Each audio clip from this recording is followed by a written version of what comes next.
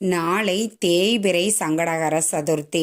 அதுவும் ஆடி மாதத்தில் வரக்கூடிய இந்த புதன்கிழமையோடு சேர்ந்து வரக்கூடிய தேய்பிறை சங்கடகர சதுர்த்தி அன்று விநாயகருக்கு இந்த ஒரு தீபம் ஏற்றி வழிபாடு செய்யுங்கள்.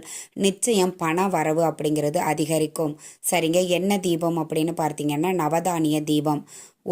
நீங்கள் இந்த நவதானிய தீபத்தை வீட்லேயும் ஏற்றலாம், கோவில்லையும் ஏற்றலாம். உங்களுடைய விருப்பந்தாங்க. ஒரு வாழை இலை எடுத்துக்கோங்க. அதில் கொஞ்சமாக நவதானியத்தை பரப்பிட்டு 2 அகல் விளக்கு வச்சு அதில் நல்லெண்ணெய் இல்லைன்னா நெய் விட்டு பஞ்சு திரி போட்டு இந்த தீபத்தை ஏற்றுங்கள்.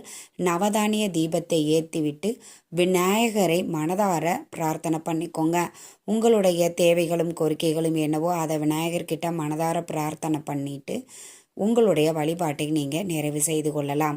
அதே மாதிரி விநாயகர் கோயிலுக்கு போகும்போது கொஞ்சம் வெல்லம் எடுத்துகிட்டு போய் அதையும் விநாயகர் கோவிலில் பக்கத்தில் ஏதாவது ஒரு மூலையில் வச்சு